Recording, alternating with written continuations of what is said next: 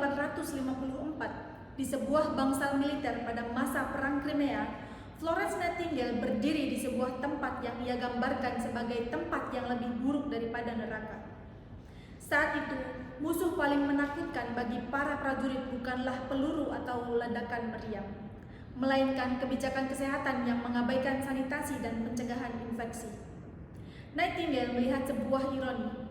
Para tentara berhasil selamat dari medan perang, tetapi justru kehilangan nyawa di tangan sistem yang seharusnya melindungi mereka. Dunia mengenangnya sebagai The Lady with the Lamp. Namun sesungguhnya Florence Nightingale tidak hanya membawa lampu.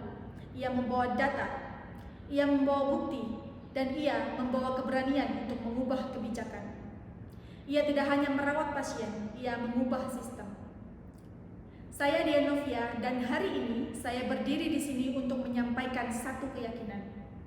Di era krisis yang semakin kompleks, perawat tidak boleh hanya hadir di garis depan bencana. Perawat harus hadir di meja tempat keputusan dibuat. Penghujung tahun 2025, siklon Senyar memicu banjir bandang dan longsor masif di sepanjang Sumatera. 1.204 nyawa hilang dalam sekejap. Kita masih mengingat bagaimana dalam hitungan menit sebuah kota berubah menjadi lautan kepanikan dan kehilangan. Di tengah situasi pelik itu, perawat selalu hadir sebagai garda terdepan, melakukan triase di tengah lumpur. Namun, di balik dedikasi tersebut terdapat sebuah ironi. Satu Sehat mencatat bahwa perawat adalah kelompok tenaga kesehatan terbesar di Indonesia. Jumlahnya mencakup hampir 60% dari total seluruh tenaga kesehatan. Kita adalah mayoritas mutlak. Lalu mengapa suara yang mewakili 60% kekuatan ini seringkali absen saat kebijakan strategis dirumuskan? Ketimpangan ini tidak boleh lagi dibiarkan menetap. Kita membutuhkan partisipasi strategis dari perspektif perawat. Mengapa? Karena kami melihat apa yang tidak terlihat oleh sistem. Karena kami mendengar apa yang sering tidak terdengar di ruang rapat. Dan karena perawat adalah inovator alami. Dalam kondisi penuh keterbatasan, perawat terus beradaptasi. Perawat menemukan cara, perawat menciptakan solusi.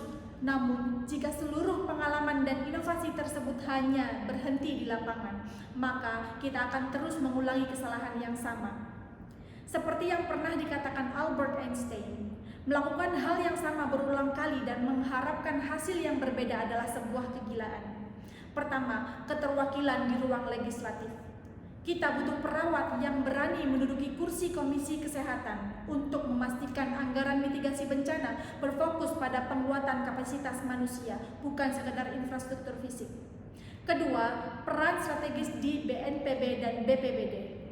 Kita butuh perawat yang menjabat sebagai analisis kebijakan, seorang manajer krisis yang memiliki otoritas untuk menyusun protokol evakuasi yang humanis bagi kelompok rentan.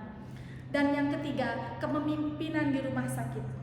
Setiap fasilitas kesehatan harus memiliki perawat sebagai direktur manajemen krisis, pemimpin yang mampu mengordinasi penanganan korban massal secara presisi di bawah tekanan.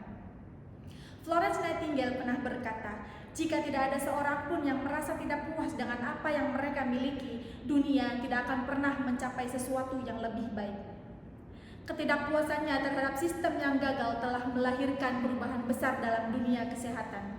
Dan hari ini kita harus memiliki keberanian yang sama. Kita harus berani merasa tidak puas ketika perawat hanya diposisikan sebagai pelaksana.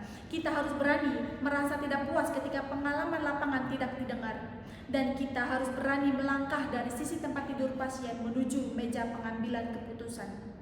Karena masa depan manajemen bencana Indonesia tidak hanya membutuhkan tangan yang merawat. Ia membutuhkan suara yang memimpin, suara yang berbasis bukti, suara yang memperjuangkan kemanusiaan, the voice of resilience, dan suara itu adalah kita. Sebab jika bukan kita, siapa lagi? Dan jika bukan sekarang, kapan lagi? Terima kasih.